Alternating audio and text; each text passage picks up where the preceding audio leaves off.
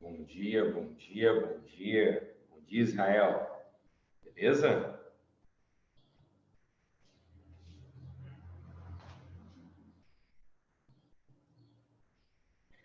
Bom dia, Maria. Bom dia a todos presentes.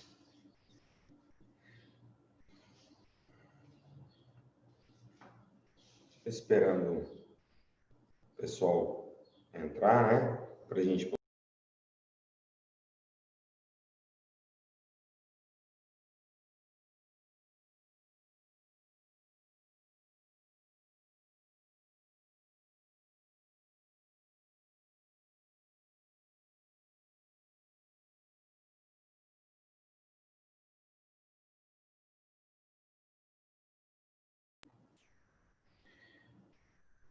Bom, vamos lá, né?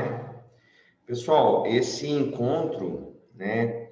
É o nosso último encontro matutino, né? Depois a gente vai dar sequência todas as turmas no período vespertino e consequentemente, né, dando sequência às nossas temáticas, os nossos conteúdos, preparando vocês cada vez mais para a prova do Enem. Nessa aula de hoje, nessas duas aulas de hoje, eu vou trabalhar, vamos ver se vocês adivinham. O que eu vou trabalhar? Dá uma olhadinha. O que a gente vai trabalhar aqui, hein? Fala comigo. Ditadura militar.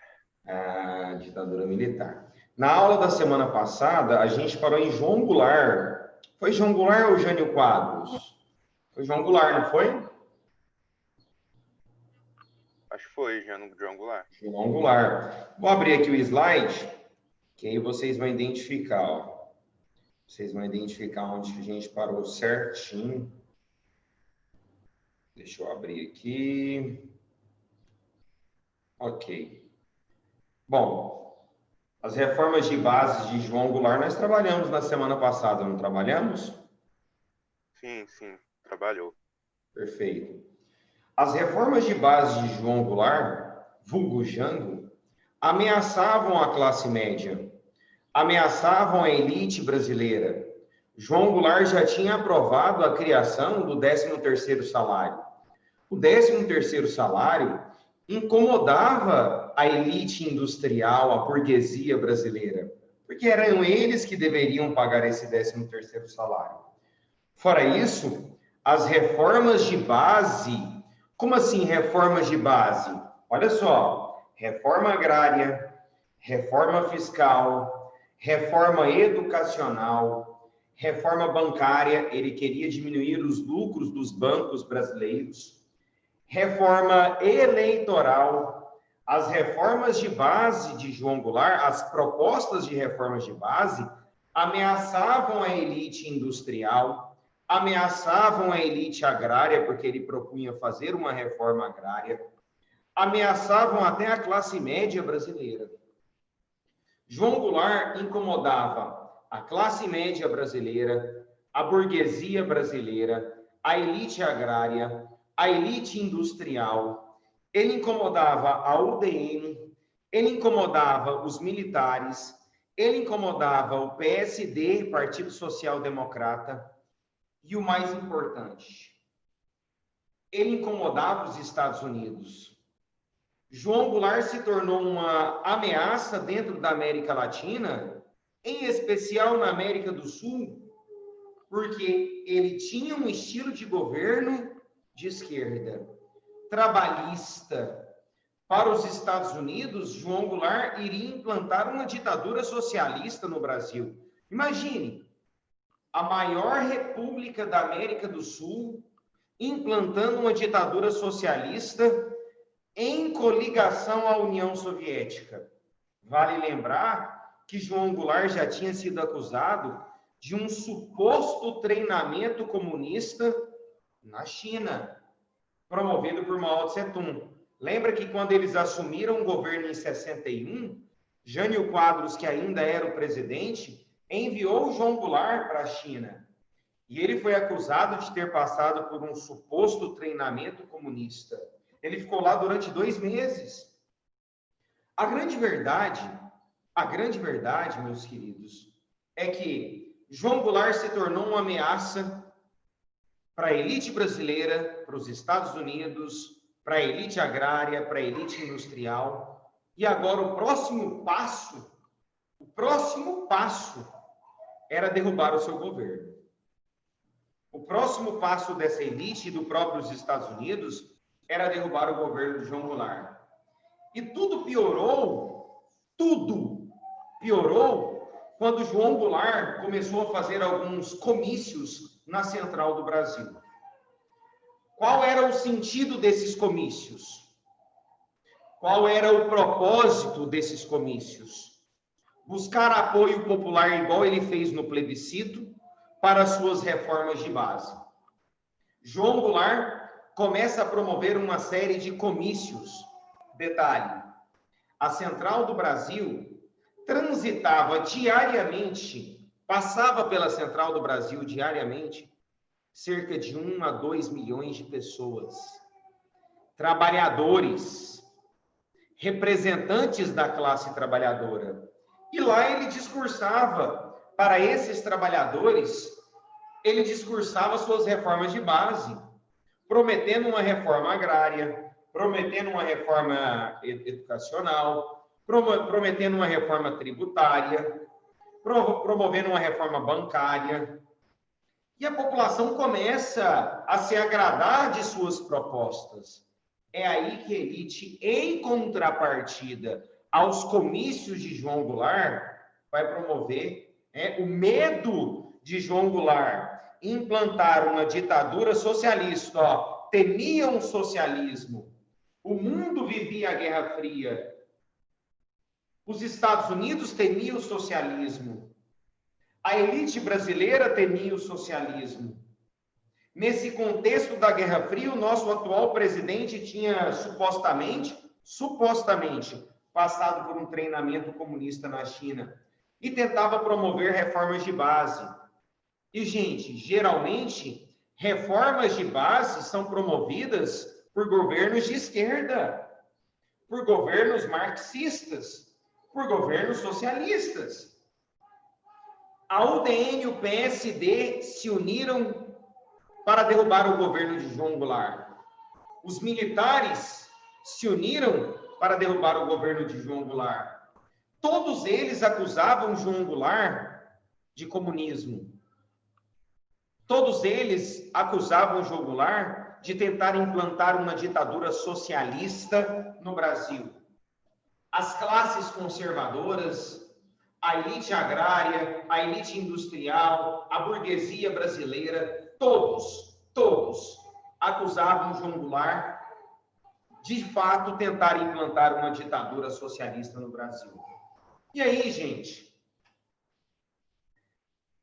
eles começam a organizar aquilo que nós chamamos de Marcha da Família com Deus pela Liberdade. Enquanto João Goulart promovia os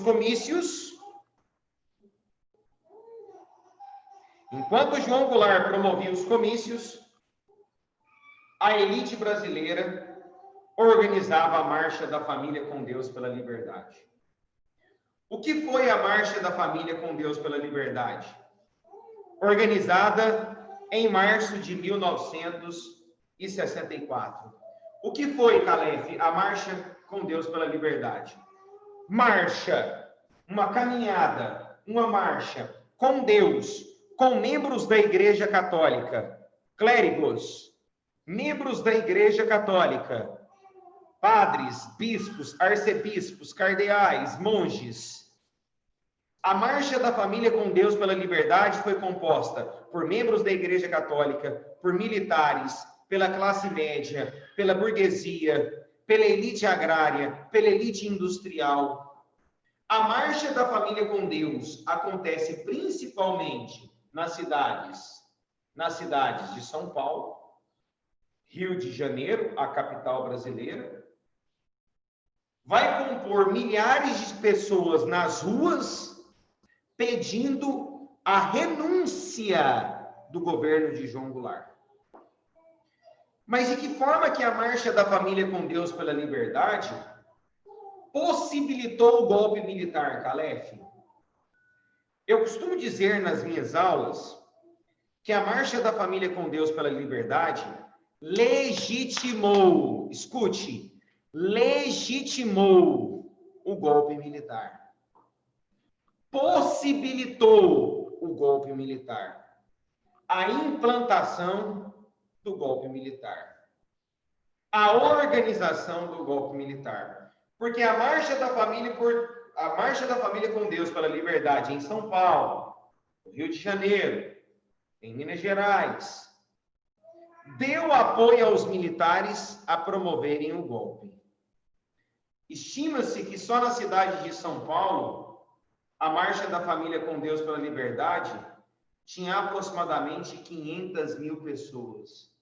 500 mil pessoas, repito, exigindo a renúncia do então presidente João Goulart, acusando João Goulart de comunismo por causa das suas reformas de base e pelo seu suposto treinamento na China e pelo seu governo ter aproximado da União Soviética, aproximado de Cuba, que eram ditaduras socialistas.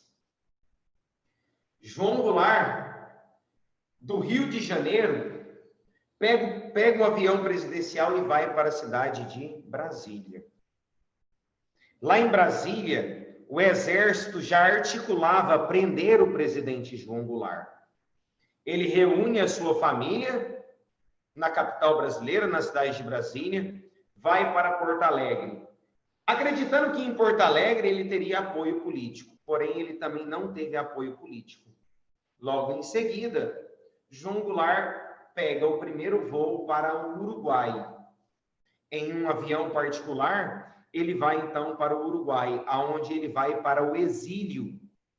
João Goulart vai para o exílio no Uruguai, fugindo do Brasil. E aí, os militares já tinham tudo que era necessário para então promover o golpe. E implantar aquilo que nós chamamos de ditadura militar. Até aqui tudo bem, gente? Deixa eu abrir aqui o chat. O chat estava fechado. Deixa eu abrir aqui o chat para ver se vocês conversaram comigo. Até aqui tudo bem? Era um cara que muita gente poderosa odiava. Até os membros do PSD, que anteriormente se coligavam a João Goulart, JK, por exemplo, se coligou a João Goulart. Até os membros do PSD mais conservadores foram contra a João Goulart. A primeira aprovação do João Goulart foi o 13º salário, que incomodava a burguesia brasileira. E o PSD era composto por burgueses. João Goulart incomodava os mais ricos, a burguesia, a elite agrária, os mais conservadores. A Igreja Católica tinha medo, porque as ditaduras socialistas combatiam a religião. As ditaduras socialistas combatiam a Igreja Católica nos países que eles implantavam essas ditaduras. China, União Soviética, Cuba. Então, a Igreja Católica apoia com medo a marcha da família com Deus e, o pior, apoia também o golpe militar. Agora, vamos supor que caia no seu vestibular. Vem cá. Vamos supor que caia no seu vestibular. Quais motivos? Quais foram os antecedentes da ditadura militar brasileira? O que possibilitou o golpe militar? Primeiro, o esgotamento do populismo. Existia uma insatisfação muito grande já com o populismo no Brasil. Existia um desgosto muito grande com o populismo no Brasil. O esgotamento do populismo no Brasil possibilitou o golpe militar. Repito, o esgotamento do populismo. Vargas cometeu suicídio, JK quebrou o país, Jânio Quadros renunciou à presidência, João Goulart supostamente tentava implantar uma ditadura marxista, socialista. Perceba que o populismo já estava esgotado. Até as camadas populares já não queriam mais governos populistas. Segundo, e na minha opinião o mais importante, o medo, o temor da implantação de uma ditadura socialista. Repito, o medo, o temor da implantação de uma ditadura socialista. no território brasileiro. Uma nova revolução cubana no continente americano. O problema é que seria no maior país da América Latina. Seria um efeito dominó, gente. Se o Brasil implantasse uma ditadura socialista, para os Estados Unidos seria um efeito dominó. Os demais países, os menores países também poderiam tentar implantar uma ditadura socialista. Em pleno contexto da Guerra Fria, isso seria uma grande ameaça para os Estados Unidos. Ok? Segundo, o apoio das... Terceiro, né? O apoio das classes conservadoras. Dos setores conservadores. A UDN apoiou o golpe militar, o PSD apoiou o golpe militar, a Igreja Católica apoiou o golpe militar, pelo menos inicialmente. Pelo menos inicialmente. A burguesia industrial brasileira apoiou o golpe militar, a elite agrária apoiou o golpe militar. Tanto que muitos desses grupos até hoje, gente, defendem o golpe militar. Defendem uma nova ditadura militar no Brasil. A gente escuta isso até hoje no Brasil. Mesmo que seja absurdo, a gente escuta isso até hoje. Ok? Então, o apoio dos grupos conservadores foi importantíssimo para que, então, os militares, castelistas, linhas duras, promovessem o golpe militar. Na verdade, eles prometiam apenas uma intervenção. Eles enganaram até esses grupos conservadores. Os militares prometiam que seria uma rápida intervenção militar. Eles prometiam que promoveriam uma intervenção militar, iriam retirar João Goulart do poder e convocar em 6 meses uma nova eleição. Só que eles ficaram de 64 a 85. Eles ficaram 21 anos no poder. De 6 meses, ficaram 21 anos no poder. Por isso que não foi apenas uma intervenção militar. Foi um golpe, é caracterizado como um golpe. Eles alegaram que não foi um golpe porque João Goulart tinha abandonado o cargo. Só que se João Goulart não foge do Brasil, seria preso, provavelmente torturado ou até morto. Só que eles alegaram, não, João Goulart fugiu do Brasil, abandonou o cargo presidencial brasileiro. Tanto é, né, que Ranieri Mazzilli, que era o presidente da Câmara, assumiu a presidência do Brasil. Então, eles afirmaram que ele não abandonou o cargo e, por isso, eles estavam promovendo uma intervenção. Uma intervenção, o cacete. Ficaram no poder 21 anos. Foi uma ditadura, com censura, sem democracia, com perseguições e com tortura. Não vem com esse discurso que não foi uma ditadura. Foi uma ditadura. Não vem com esse discurso que não teve corrupção durante a ditadura. O que você considera como corrupção? Matar pessoas não é corrupção. Torturar mulheres e homens não é corrupção. Violentar mulheres sexualmente não é corrupção. Porque o Ustra, citado aí, né, pelos atuais políticos conservadores brasileiros, o Ustra fez tudo isso. Os militares fizeram tudo isso. Promover atentados não é corrupção. Promover obras faraônicas não é corrupção. Ah, mas no Brasil não tinha tanta violência como hoje, mas o Brasil tinha 89 milhões de habitantes. 89 milhões de habitantes quando o golpe foi promovido. Hoje tem 210 milhões de habitantes. Não dá para comparar a violência daquela época com essa, porque a nossa população mais do que dobrou. E a desigualdade e a pobreza não diminuiu. O que provoca a criminalidade é a desigualdade, a pobreza. Ok? Deixa eu ver aqui que o Rian falou comigo. O Jango queria implantar um regime socialista ou suas reformas pareciam com as de um socialismo? Na verdade, não dá para saber se ele iria ou não implantar uma ditadura socialista. Eu não acredito agora eu estou te dando a minha opinião. Eu não acredito na implantação de uma ditadura socialista, até porque o Brasil não tinha características para isso. país cristão, extremamente, naquela época, extremamente católico. Ele não teria apoio para isso, nem da classe trabalhadora. Eu acho que João Goulart era muito mais trabalhista. Ele atuava para o trabalhador. Tanto é que a sua maior reforma foi a aprovação do 13º salário. E o 13º salário, gente, é a alegria do trabalhador, é a alegria do pobre. Eu não acredito na implantação de uma ditadura socialista durante o governo de João Goulart. Eu acredito muito mais em reformas trabalhistas, em reformas para o pobre, para o povo. Muito parecido com o que o Vargas fez. Muito parecido com o que o Vargas fez nos anos 30, né? Durante os seus decretos e depois na Constituição de 34, criando leis trabalhistas e o voto feminino. Era muito parecido com o que o Vargas fez. Concorda ou não? Deixa eu ver aqui. Falo isso porque também não via essa possibilidade. Não, sem dúvidas, Rian. Eu não vejo, cara. Na verdade, essa ideia de que vão implantar uma ditadura socialista, são socialistas, vai para Cuba, isso aí é discurso de pessoas conservadoras que não enxergam que o Brasil não está nem perto de um regime socialista. O Brasil é um país com enorme desigualdade social, onde a população é extremamente capitalista, cristã e capitalista.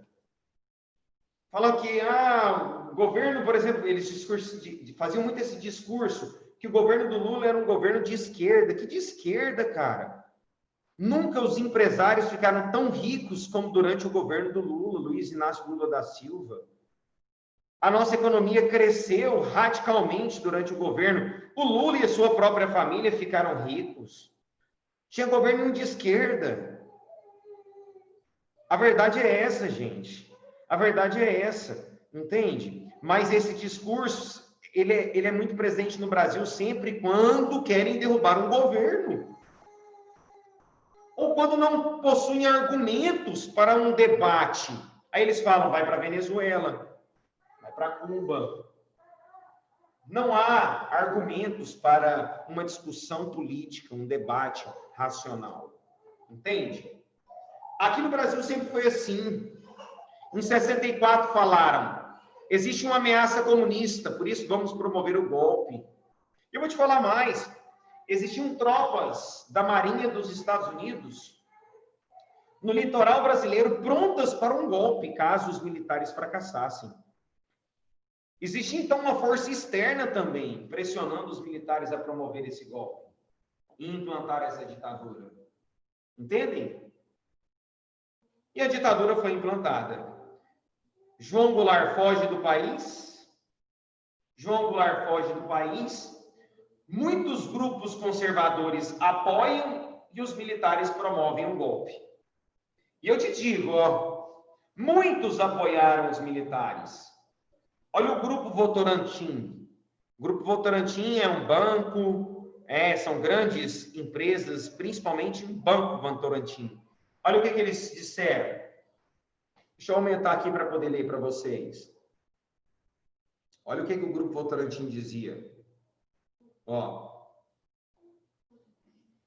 64 é o Brasil. 64 é o Brasil. Eles estão apoiando o golpe. O Grupo Votorantim apoiava o golpe. 64 é o Brasil. Chama da paz e da esperança. A Ultragaz apoiava o golpe. Grandes empresas, grandes multinacionais, grandes bancos apoiavam o golpe no Brasil. Ok? Tranquilo? Belezinha? E aí, os militares que eram divididos em dois grupos, repito, os militares que eram divididos em dois grupos vão promover o golpe militar e implantar a ditadura a partir de abril de 1964. Mas quais eram esses dois grupos dos militares? Dentro do Exército, você não tem todos os militares iguais, ideologicamente iguais. Dentro do Exército, existiam dois grupos políticos. Repito, dois grupos políticos. Quais eram os dois grupos políticos dentro do Exército? O Grupo Sorbonne, também conhecido como castelistas. Esse grupo era um grupo mais intelectualizado, eram veteranos da Segunda Guerra Mundial. Esse grupo, ele era liderado por Castelo Branco, o primeiro presidente militar brasileiro durante a ditadura. Era alinhado ao UDN, era alinhado aos Estados Unidos. Esse grupo tinha parcerias políticas com os grupos mais conservadores do Brasil, geralmente formados em direito, geralmente mais intelectualizados. Esse grupo era da ESG, Escola Superior de Guerra. Eram formados, intelectualizados. Esse grupo foi o responsável pelo golpe. Mas dentro do Exército existia um segundo grupo, que era chamado de Linha Dura. O grupo Linha Dura tinha como principal líder Costa e Silva e Emílio Garrastazu Médici. Esse grupo, Linha Dura, era a favor de uma ditadura, sem nenhum tipo de democracia. Fim dos partidos políticos. Fim do populismo. Esse grupo era ultranacionalista, acreditava na autonomia do país, acreditava na implantação de uma ditadura e o fim da democracia no Brasil. Caleb, qual grupo governou o Brasil? Na verdade, os dois se uniram, promoveram um golpe. O Grupo Sorbonne assumiu o governo inicialmente com Castelo Branco, porém os próximos dois presidentes eram Linha Dura. Então os dois grupos se uniram e promoveram um golpe militar e implantaram a ditadura, porque eles tinham um propósito em comum, que era derrubar o governo de João Goulart e acabar com qualquer tipo de ameaça comunista no Brasil. Repito, eles tinham uma proposta em comum: derrubar o governo de João Goulart e acabar com qualquer tipo de ameaça comunista no Brasil. Então, os dois grupos promoveram um golpe juntos. No dia 1º de abril de 1964, parece até que é o dia da mentira, né? Que nada disso é verdade, mas era verdade. No dia 1º de abril de 1964, os grupos Sorbonne e Linha Dura, com o apoio das classes conservadoras brasileiras, promoveram um golpe e implantaram a ditadura militar, afirmando que João Goulart tinha fugido do Brasil, afirmando que João Goulart tinha abandonado o Brasil. Por isso que eles permitiram que Ranieri Mazzilli era o presidente da Câmara dos Deputados. Eles permitiram que Ranieri Mazzilli assumisse a presidência do Brasil interinamente, provisoriamente. Porque, veja bem, quando um presidente renuncia, assume o vice-presidente. Repito, quando um presidente renuncia, assume o vice-presidente. O vice-presidente do Brasil já era o João Goulart. E agora João Goulart fugiu do país. E João Goulart não tinha vice-presidente. Então, quem assume na hierarquia é o presidente da Câmara dos Deputados. E o presidente da Câmara dos Deputados era Ranieri Mazzilli, representante da UDN, União Democrata Nacional. Ele assume interinamente, mas quem governa de fato, Calef? O Comando Supremo Revolucionário, mais conhecido como Exército Brasileiro. Eles se autodenominavam Comando Supremo Revolucionário. O Exército Brasileiro assume a presidência. Ranieri Mazzilli era apenas um fantoche. Repito, Ranieri Mazzilli era apenas um fantoche.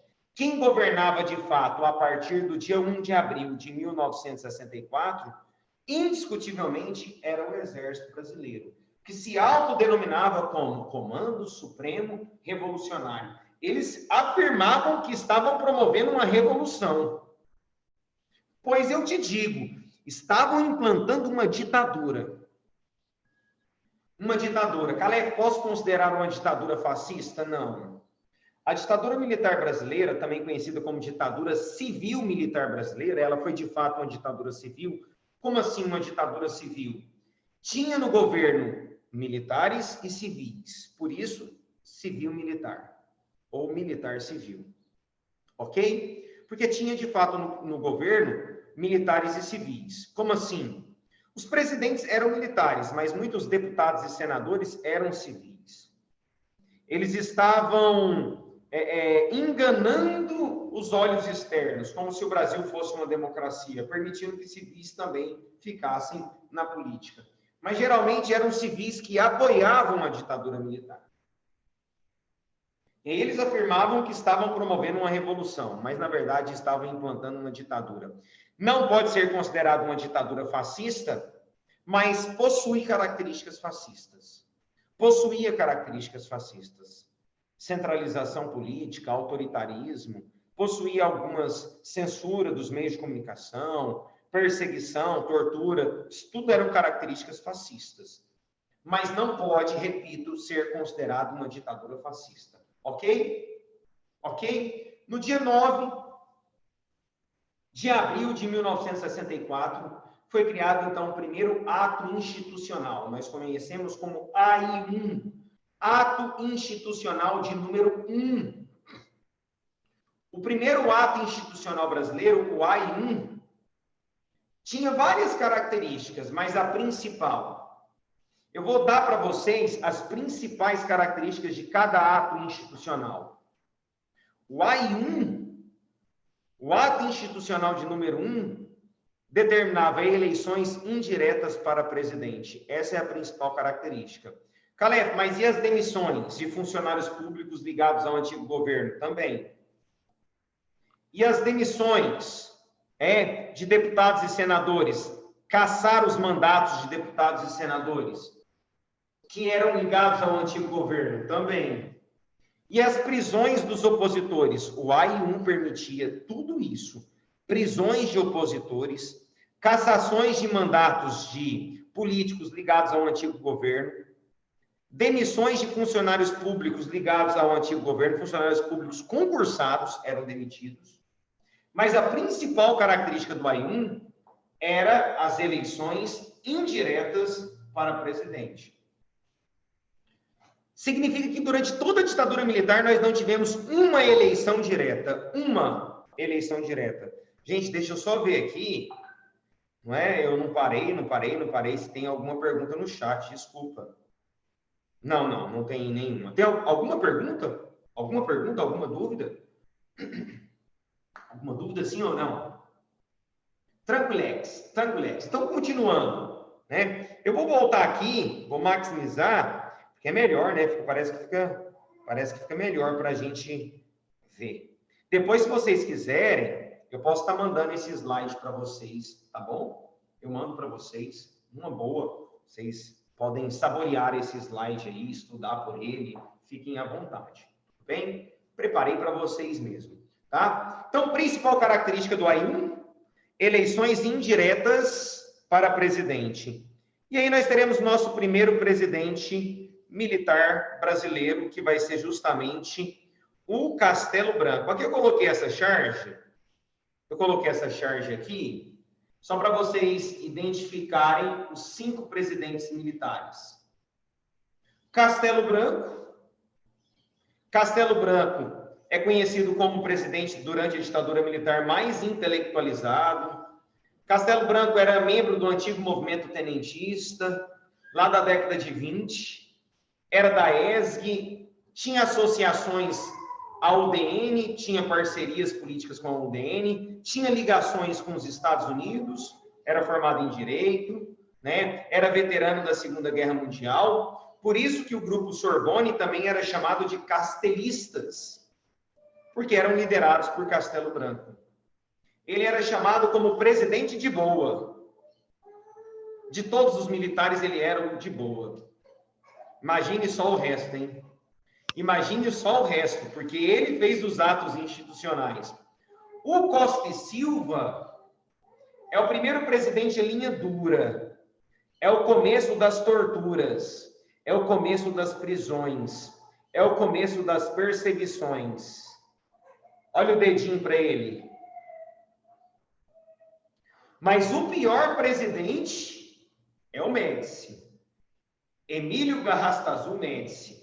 O auge das torturas durante a ditadura militar.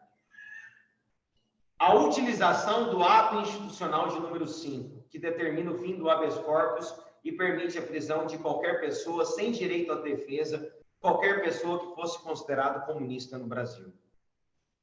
Aí não importa se era ou não comunista. Se fosse considerado, era presa, era torturada, sessões de choque e assim por diante. Ernesto Geisel, o nosso então quarto presidente, é o início da redemocratização do Brasil, tanto que o lema dele era: vou reabrir o Brasil, mas de forma lenta, gradual e segura. E o último presidente, João Batista Figueiredo, né, que redemocratizou, reabriu a política brasileira e determinou o fim da ditadura. Mas vamos lá, né? Vamos pelo menos começar o primeiro presidente do Brasil. Tá aí. Castelo Branco. Sorbonne deveria governar apenas 6 meses. Apenas 6 meses. Porque, segundo eles, era apenas uma intervenção. Porém, seu mandato foi prorrogado até 67, governou de 64 a 67, assumiu a presidência num período que a economia estava em crise, crise deixada desde JK, desde Eurico Gaspar Dutra, e a primeira coisa que ele fez como presidente do Brasil foi criar o PAEG, Plano de Ação Econômica de Governo. PAEG, Plano de Ação Econômica de Governo. Qual era a proposta de Castelo Branco? Recuperar a economia. Como? Cortando gastos públicos, aumentando tarifas e impostos, criando o FGTS, acabando com a lei de estabilidade criada no governo do João Goulart. Alguém me chamou? Não, né? O que era a lei de estabilidade, Calef? Criada lá no governo do João Goulart. Eles estabilizaram o preço dos alimentos no Brasil. Mesmo com a oscilação da inflação, o preço dos alimentos estava estável para que a população mais pobre tivesse acesso a esses alimentos. Então, o PAEG propunha corte de gastos públicos, aumento de tarifas e impostos, fim da lei de estabilidade, a criação do FGTS, para que o governo tivesse recursos para investir na economia brasileira, arroxo salarial, muito desemprego, recessão, e a inflação ela era diária, a inflação passou a ser absurda no Brasil. Mas vamos fazer o seguinte, vai cair. Vamos continuar no terceiro horário, ok? Beijos, até o terceiro horário.